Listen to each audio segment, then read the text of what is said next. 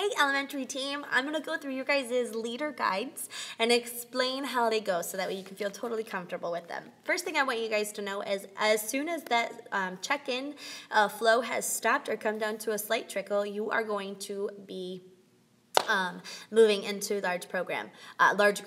Large group is about 20 minutes long, and then you're going to have about 25 minutes with groups with your kids.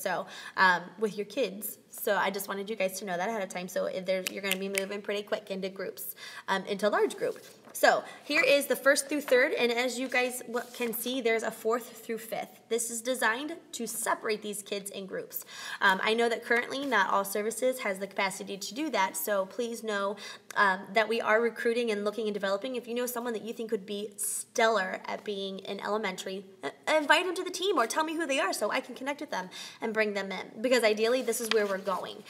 So we're just going to figure it out as we go until we get there. So I'm going to go through the first and third group leader guide, and then I'm going to tell you what's different in the fourth and fifths. So the first page is, this is the series that we're doing with the fourth and fifths.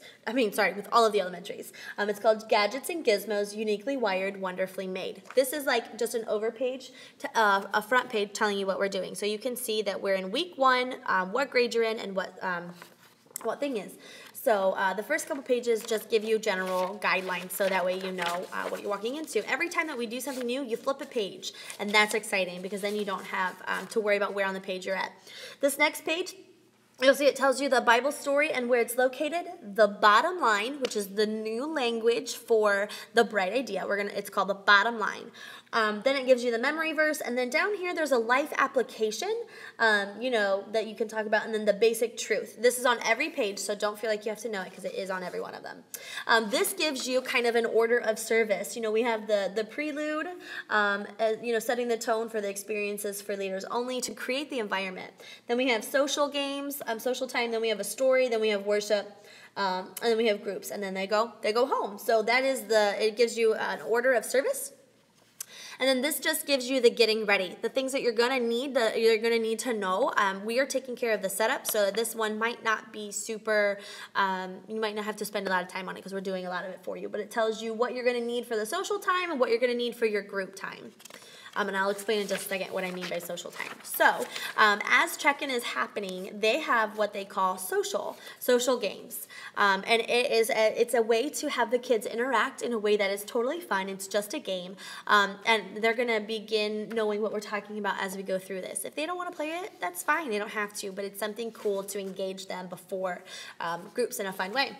So, this page talks all about the social time. It tells you what we're doing with it, and what to do. So this is really cool. I want to highlight this to you. Okay, so before the kids arrive, pray for each regular attendee by name. So the kids you know that you're going to have, pray for them by name while you're waiting for the doors to open. Pray for those who might visit your group for the first time. Pray for the kids who don't feel like they're creative. It's a lot of praying.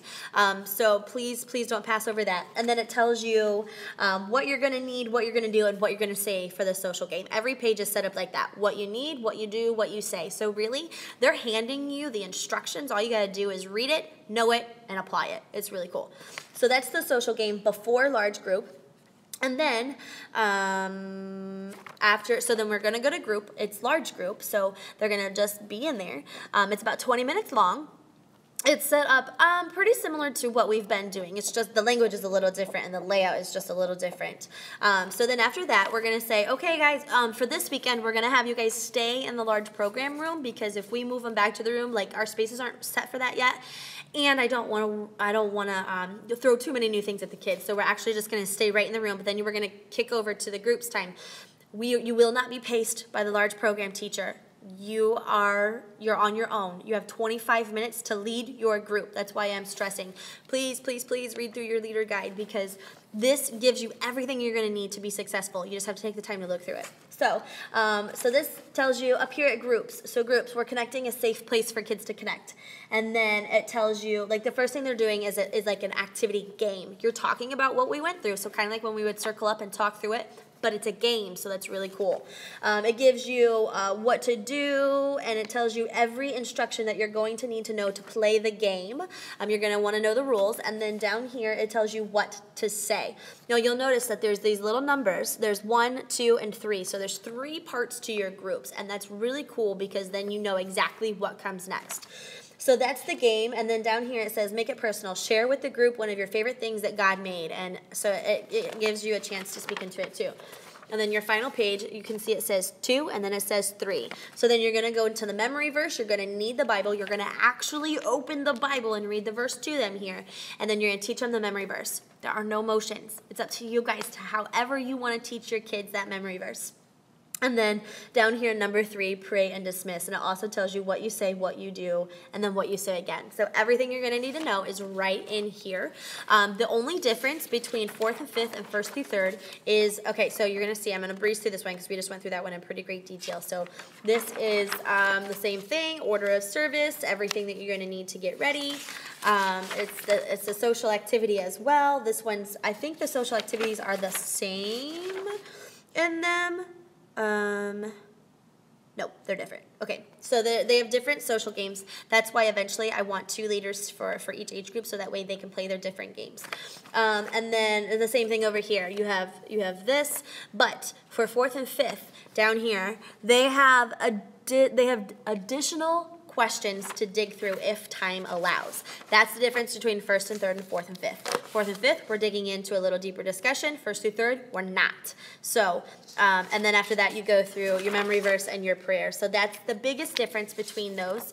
I would say if you normally work through 1st through 3rd, go through the 1st through 3rd. If you normally work with 4th and 5th, go through 4th and 5th.